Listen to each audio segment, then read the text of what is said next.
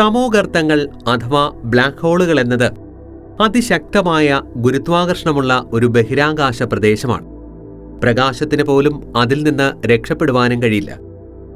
നിഗൂഢതയുടെ പര്യായമായ ഈ തമോഗർത്തങ്ങൾ എങ്ങനെ രൂപം കൊള്ളുന്നു? ഗ്രഹങ്ങൾ തമോഗർത്തങ്ങളിൽ അകപ്പെടുവാൻ സാധ്യതയുണ്ടോ? അഥവാ നമ്മുടെ ഭൂമി തന്നെ ഒരു തമോഗർത്തത്തിൽ അകപ്പെട്ടാൽ എന്ത് സംഭവിക്കും? ഇതിനൊക്കെ പറ്റിയാണ് നമ്മളിന്ന് വിശദമായി സംസാരിക്കാൻ പോകുന്നത്.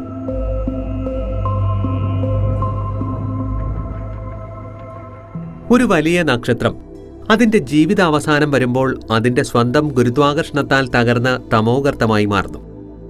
ഇവിടെ നക്ഷത്രത്തിന്റെ മാസ് കൂടുന്തോറും അതിന്റെ ഗുരുത്വാകർഷണവും കൂടും എന്നറിയുക. ഒരു പ്രത്യേക പരിധിക്കപ്പുറം ഭാരം കൂടിയാലും നക്ഷത്രം ഒരു തമോഗർത്തമായി മാറും. തമോഗർത്തങ്ങൾക്ക് വ്യത്യസ്ത വലിപ്പങ്ങളുമുണ്ട്. ഒരു സൂര്യനേക്കാൾ ചെറിയ തമോഗർത്തങ്ങളും ഒരു ഗാലക്സിയേക്കാൾ വലിയ തമോഗർത്തങ്ങളും ഈ മഹാപ്രപഞ്ചത്തിലുണ്ട്. ഒരു ഗ്രഹം തമോഗർത്തത്തിൽ അകപ്പെടുവാനുള്ള സാധ്യത എന്ന് പറയുന്നത് ആ ഗ്രഹം അതിന്റെ നക്ഷത്രത്തെ ചുറ്റുന്ന ഭ്രമണപഥത്തിൽ നിന്ന് വ്യതിചലിക്കുമ്പോൾ തമോഗർത്തത്തിന്റെ ഗുരുത്വാകർഷണം വളരെ ശക്തമായതുകൊണ്ട് തന്നെ അതിനടുത്തെത്തുന്ന ഏതൊരു വസ്തുവും എന്ന പോലെ ആ ഗ്രഹത്തെയും അതിലേക്ക് വലിച്ചെടുപ്പിക്കും.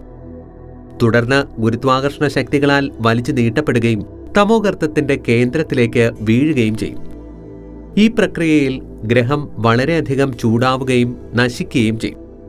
ബ്ലാക്ക് ഹോളുകൾ പ്രപഞ്ചത്തിലുടനീളം കാണപ്പെടുന്നു. അവയുടെ ദൂരത്തിൽ കാര്യമായ വ്യത്യാസങ്ങളുമുണ്ട്. 2022 നവംബറിൽ ശാസ്ത്രജ്ഞർ ഭൂമിയിൽ നിന്ന് 1560 പ്രകാശവർഷം അകലെയുള്ള ഗെയ്യ BH1 എന്നൊരു തമോഗർത്തത്തെ കണ്ടെത്തിയതിൽ ഭൂമിയോട് ഏറ്റവും അടുത്തെന്നറിയപ്പെടുന്ന തമോഗർത്തം. ഇതിന് നമ്മുടെ സൂര്യനേക്കാൾ 12 മടങ്ങ് അധികം പിണ്ഡമുണ്ട്. ഈ മേഖലയിൽ പുതിയ കണ്ടെത്തലുകൾ പതിവായി നടക്കുന്നുവെന്നത് പ്രത്യേകം ശ്രദ്ധിക്കേണ്ടതാണ്. അതുകൊണ്ട് തന്നെ ഈ വിവരങ്ങൾ അന്നുമുതൽ മാറാവുന്നതുമാണ്. ഇനി നമ്മുടെ ഭൂമി തന്നെ ഒരു തമോഗർത്തത്തിൽ അകപ്പെട്ടാൽ എന്ത് സംഭവിക്കുമെന്ന് നോക്കാം. ഒരു ബ്ലാക്ക് ഹോൾ ഭൂമിയെ വിഴുങ്ങുകയാണെങ്കിൽ അനന്തരഫലങ്ങൾ വിനാശകരമായിരിക്കും. അത് വലിഞ്ഞു നീളുകയും നശിക്കുകയും ചെയ്യും. അതോടൊപ്പം ഭൂമിയിലെ ജീവരാശികളെല്ലാം നശിക്കും.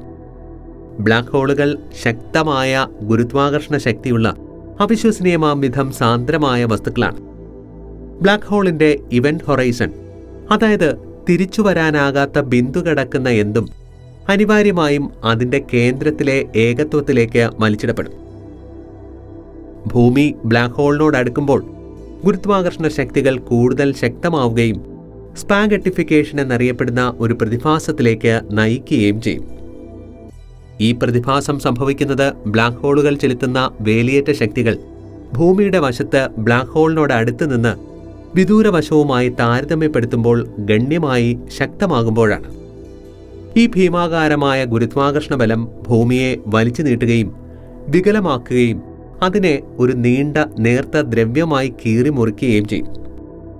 ആത്യന്തികമായി ഭൂമിയുടെ ദ്രവ്യം ബ്ലാക്ക് ഹോളിന്റെ ഭാഗമായി മാറുകയും അതിന്റെ പിണ്ഡം വർദ്ധിപ്പിക്കുകയും ചെയ്യും. ബ്ലാക്ക് ഹോളിനുള്ളിലെ ദ്രവ്യത്തിന്റെ കൃത്യമായ വിധി ഇപ്പോഴും ശാസ്ത്രീയ ചർച്ചയുടെ വിഷയമാണ്. അതിനെ ഇനിയും പൂർണ്ണമായി മനസ്സിലാക്കാനായിട്ടില്ല. നിലവിലെ ശാസ്ത്ര നിഗമനം എല്ലാ ഗാലക്സികളുടെയും മധ്യത്തിലും ഒരു ബ്ലാക്ക് ഹോൾ നിലകൊള്ളുന്നുണ്ട് എന്നതാണ്. തമോദ്വാരത്തിന്റെ മധ്യഭാഗത്തുള്ള അനന്തമായ സാന്ദ്രതയുടെ ഒരു ബിന്ദുവായി ഒന്നിനും രക്ഷപ്പെടുവാൻ കഴിയാത്ത സംഭവ ചക്രവാളത്താൽ ചുറ്റപ്പെട്ട ഒരു ഏകത്വത്തിലേക്ക് ദ്രവ്യം കംപ്രസ് ചെയ്യപ്പെടുമെന്ന് വിശ്വസിക്കപ്പെടുന്നു. ഭാഗ്യവശാൽ ഭൂമിയെ വിഴുങ്ങുവാൻ കഴിവുള്ള ഒരു ബ്ലാക്ക് ഹോൾ നാം നേരിടുവാനുള്ള സാധ്യത വളരെ കുറവാണ്. ഏറ്റവും അടുത്തുള്ള ബ്ലാക്ക് ഹോൾ തന്നെ വളരെ ദൂരെയുമാണ്. നമ്മുടെ വിശാലമായ സൗരയൂഥത്തിൽ അവയുടെ ഗുരുത്വാകർഷണ സ്വാധീനം നിസാരവുമാണ്.